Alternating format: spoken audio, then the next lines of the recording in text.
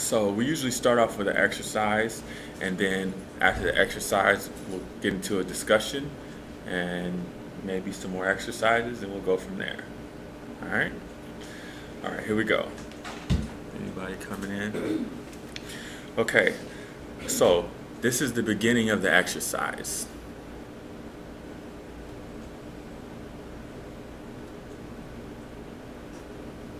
Pay attention to these instructions.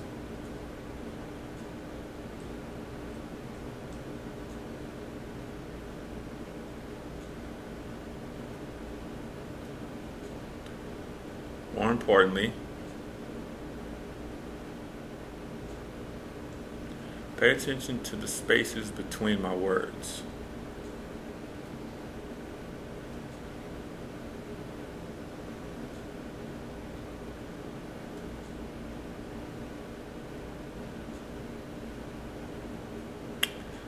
On the count of 3, I want you to silently watch or be aware of what your mind does at 3.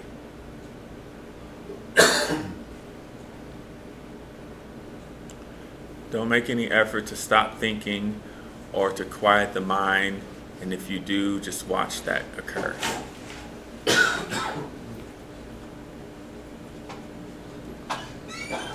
1,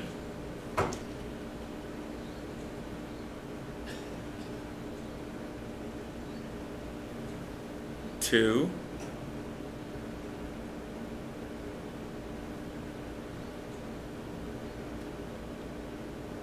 3. Okay, this is the end of the exercise. So, you guys want to kind of discuss the exercise? How did that go for you? Well, for myself, having ADHD and being medicated for such, that was very difficult for me. Because I am constant, I'm thinking, I cannot just sit here and do nothing. To me, that was doing, in my head, that was doing nothing. I was waiting, I kept waiting for you to say, to continue on what was going to be next and what was going to be next, and I was way ahead of that. Like, I couldn't hold myself to bring back to what you were trying to accomplish by waiting through that space. Very good. Because my mind is going, oh my God, what are you going to do? Oh, good. That's very, you can't do this exercise wrong. That is exactly that is the exact report that I wanted to hear. So during the instructions, when I was purposely leaving those long spaces, And I grew more and more uncomfortable as the longer the spaces got. okay, Like, good. okay, come on, I got to do something. And, Oh. I was like, normally, if my classmates will tell you, I would be crocheting by now. Because I can't do nothing. Good. Because then when I'm doing that, it's occupied my mind, so my mindfulness becomes more through here and not so much, oh, shiny. Right. And I'm not distracted as easily. Yeah. So by focusing on the crocheting, I can hear what the instructors are saying. I can listen really without having to feel like I'm doing nothing. Good. So, And it works really well for me. but that's good. I mean, we all do something in order to help us deal with our chattering mind. But the goal is to be able to rest in that stillness and to find peace in that. Like right now, you're convinced, the mind is convinced that this is impossible for you. But that's why we have this workshop, is so that I could possibly help you to discover I something. completely feel like that's impossible for me. Yeah. And that's just how I feel right now. But Yeah, that's that can okay. change. Yeah, just and it may be impossible for you from your perspective, but just be open to the possibility that you can find tranquility and peace in the stillness. Because I can tell you that there was a time in my life that I was really wound up. I couldn't crochet to make me feel calm. Okay, that was not an option for me. I was having panic attacks. I had to be thinking about something. I had to be playing basketball or doing something else, crochet, that's too quiet, right? So, but I had a discovery, an awakening to where I saw myself differently. And I discovered that there was actually a lot of peace and tranquility in the silence. So I'm going to make an attempt through exercises and discussion to help you to find that silence for yourself. Because once you discover it, it'll be a change in your life forever. How about you? For me, when we first started, I was kind of like anxious, being a little bit impatient, I would say, because you spoke the first thing, and I'm like, okay, so I'm like, what's next?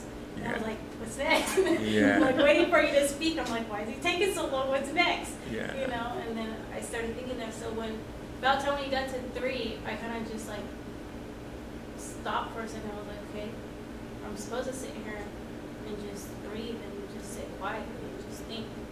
So when you counted to 3, I then began to be wondering what my neighbors were doing. So I'm sitting here like rotating my eyes back and forth, like what are they doing? And after a while, it's like I wanted to open my eyes to look around to see if everybody was still sitting there, you know, with their eyes closed. Oh, okay. So, but now, a lot of times what happens is like during the instructions, when I'm giving the instructions and I'm saying, this is the beginning of the instructions, and I sit still, then the mind starts to just be like, what is going on? So much to the point that it doesn't hear the instructions, right? So I asked you, during the instructions, I asked you to pay attention to the instructions, and I also asked you to pay attention to the spaces in between my words, right? Which were nothing. Like to me, like they were so long, they were being uncomfortable. Right, but that's what you needed to, that's what I was asking you to pay attention to. That's supposed to calm you. Yeah, that Well, makes my anxiety level go up. No, but what I'm saying is, I'm being real. I mean, seriously, that for me, That's- it does. and that's what's going to help is your honesty, right? But the idea is that when I have these spaces in between my words and I ask you to pay attention to them, and the mind starts to do whatever it's doing, there's a part of you that can just silently pay attention to what the mind is doing. Like if it's starting to feel anxious and saying, what's next? There's a part of you that's listening to the instructions and that's paying attention, and part of the exercise that's watching the mind do all that activity. But it's just silently watching as though it's paying attention. So after I said 3, and we said, okay, on the count of 3, watch your thoughts. And I said 1, 2, 3, and we sat there and you watched. You said, okay, what thoughts? Okay, thoughts. What are you gonna do? Let me see, right? And you sat there.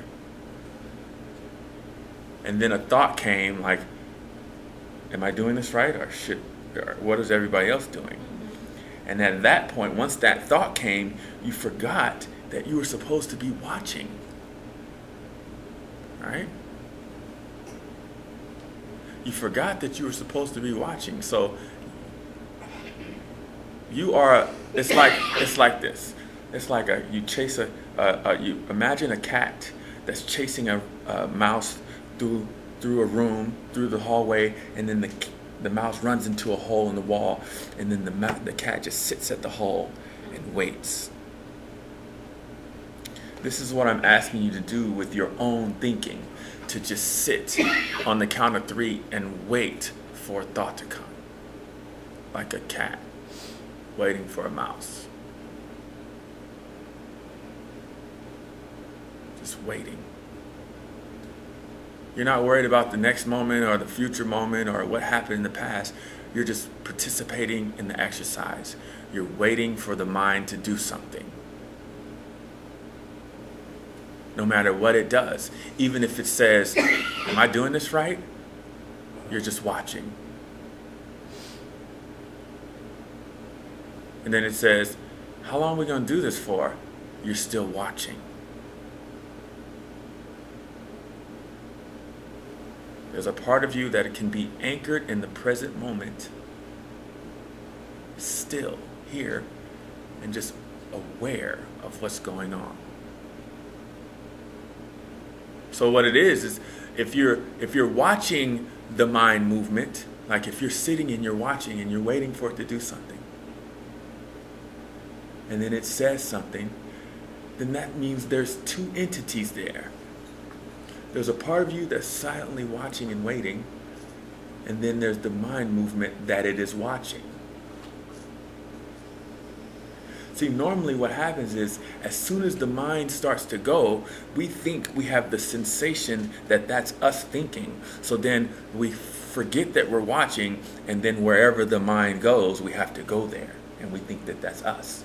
So if it starts to ask questions, we think we get involved, and we want to know the answer to those questions, as opposed to being the silent watcher. Even when it's asking questions, am I doing this right? There's a part of you that's just silently watching that question being asked. Because at your core, who you are in truth, not who you've been taught to be over the years, I'm talking about who you are at your core, you are silent. But you've been so programmed and so distracted by the mind and all the conditioning and all the fear and all the anxiety and all the stress over the years that you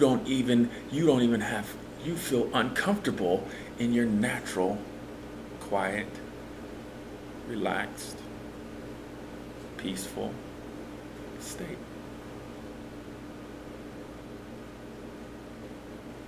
And your mind tells you, you can't be quiet. You have to be doing something. This is just the mind talking. And you think that everything that mind says, you think that it's true. Wow. And every time, and for your whole life, that mind has been lying to you and running you into problems and creating stress and anxiety, setting you up for happiness and then giving you failure. But nevertheless, it has your allegiance, and everything that it says, you obey. So what this class is about, what this workshop is about, you taking back the power over your being. You are not your conditioned mind. You are not the chatter that's yapping at you and giving you low self-esteem and telling you you can't, and telling you to doubt and fear and have all this sadness and telling you that you can't be still and rest and have peace. That is a lie. That is not who you are. Who you are is like who I am. You are silent and you are at peace. Like when you came into this earth and you just was a baby and you just looked around in the present moment. You didn't have fears because nobody taught you to fear yet. You didn't know what it was. You were just your natural being. You didn't have anxiety or guilt because nobody had programmed that into you yet. That had to be programmed into you. And then you mastered it. And then you forgot who you were.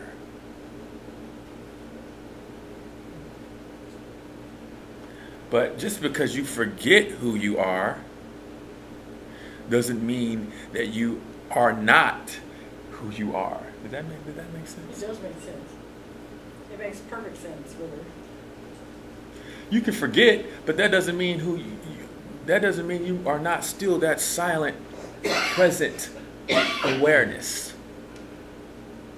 That innocent awareness that is always anchored in the present moment, that is not concerned about tomorrow or what's going to happen when you leave this class or what happened yesterday. It's not concerned. You know, the mind goes through a lot throughout the course of a regular work day, you know, with everything you do in your job and you know, keeping focused and everything. It goes through a lot. Yeah. And you know, everyone around you, we feed off the energy of everyone around us, right? So if people around us are stressed out and all in their heads and always complaining about the future and about the calamities around the world and war and poverty and just making the mind stress, then we take on that stress as our own. So a good way to get out of that mindset is to be mindful, to get in the habit of practicing mindful exercises to where you remind yourself that you are silent and still at your core. That the identity that you're living as is just for the sake of experiencing and communicating with others. But that is not who you are at your core. You have a body. This is yours. This is your instrument. But you are not this body.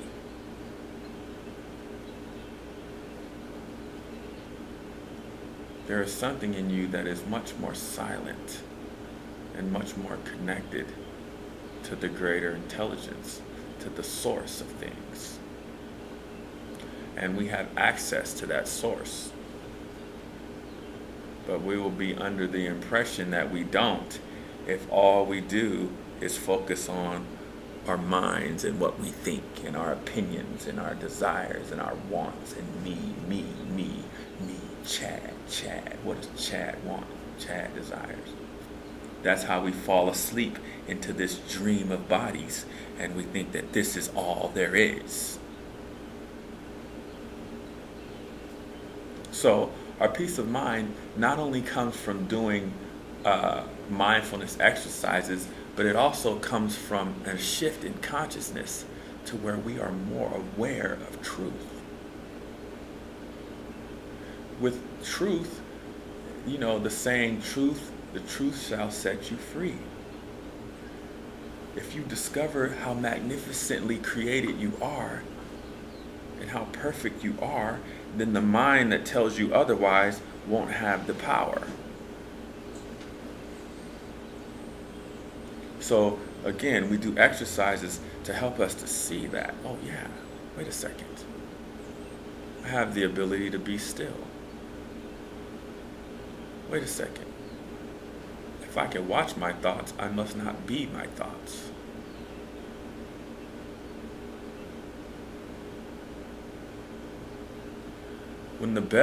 When I hit the bell,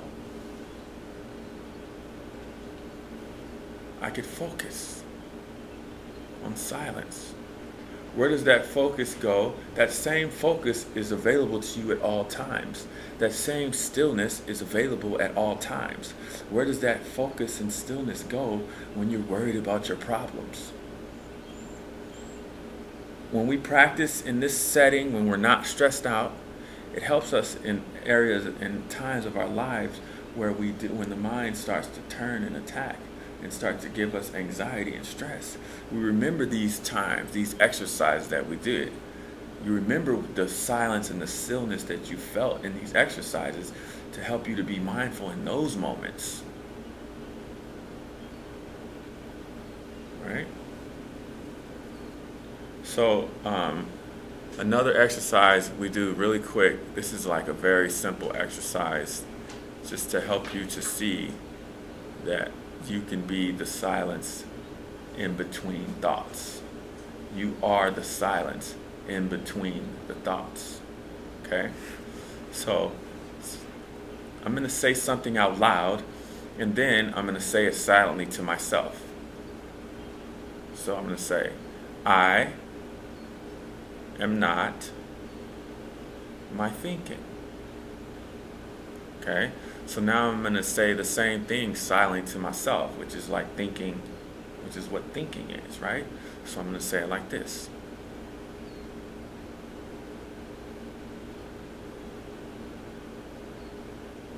Okay, so now we're going to do the same thing, but we're going to spread it out a little bit so that we can have a little space in between thoughts. Okay, so I'm going to say it like this. I am not my thinking. Okay, now I'm going to do it silently and with infinite patience, no rush.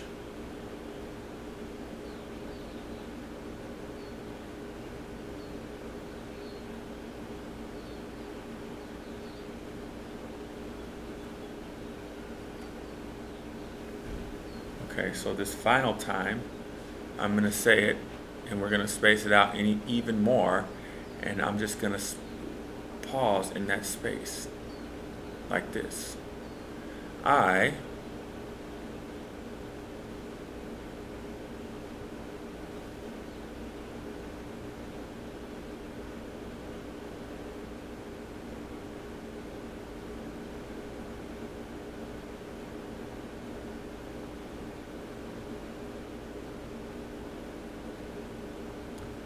am not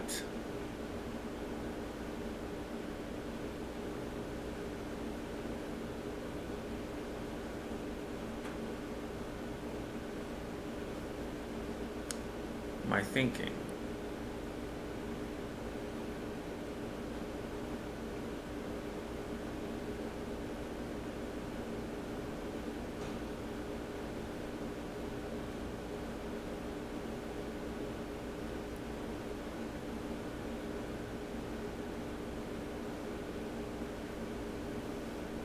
That space in between thoughts is not really a space in between thoughts. That space is just always there.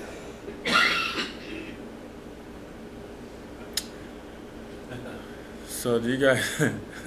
The light sometimes flashes synchronistically with intense thoughts. Okay.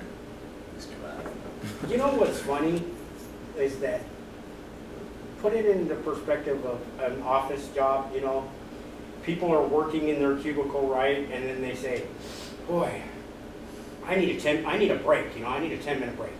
Okay, so they get up after working 4 or 5 hours, whatever, and then they go take this 10-minute break and they walk over to the water cooler and they sit and they chat about politics or current events or whatever for 10 minutes. Then they go back to work. Well, their mind hasn't gotten any kind of break at all. I mean, you know, if they would have just sat at their desk and you know, just kind of meditated for about 10 minutes and just kind of relaxed, they'd get more benefits than they did when they went to the water cooler and chatted. Yeah, and that's pretty profound. That's the way I was trying to look at it. That's very well said. Thank you for that, actually, because I might write that down and take credit for it. Too late, it's That all was day. his Oh, yeah. All right, thank you, guys. Thank you. Thank you, guys.